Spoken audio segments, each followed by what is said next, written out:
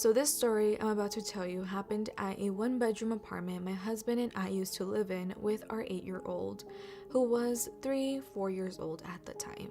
I apologize if my story is long, but as I recall, you love long stories, so I will give you about 4 stories. We lived next to one other unit.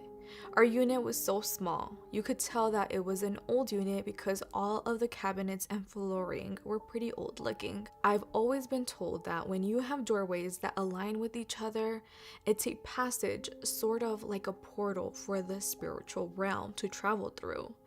I'm not too sure how true that is, but things that happened in this place made me sure of it. With the way our back and front door was set up, they were aligned across each other perfectly. So if you were to walk in our front door, which was the door you would access to get to the courtyard, when you would walk in our place, you would see the back door right across the front door. The back door just led to our alley and where we parked our cars. Anyways, as I was getting ready to tuck her in, my husband told me that he was going to take the trash out. I even turned around and saw nothing, which gave me even more chills because I remember hearing the door creak as if someone was standing in the doorway. When my husband came back, I asked him if he was in the house 5 minutes ago. He replied, "No, I just came back." And that gave me even more chills. Of course, I went to bed like it was nothing, but it was still on my mind as I was going to sleep. Another encounter in that same apartment, I was tucking my daughter in again, but this time my husband was in the living room watching TV, which, by the way, wasn't that far from my room since the apartment was small.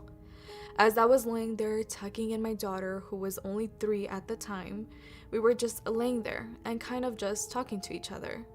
As we were talking, out of nowhere, my daughter tells me, "Mom, I see a monster in the closet making faces at me." And that gave me chills right away.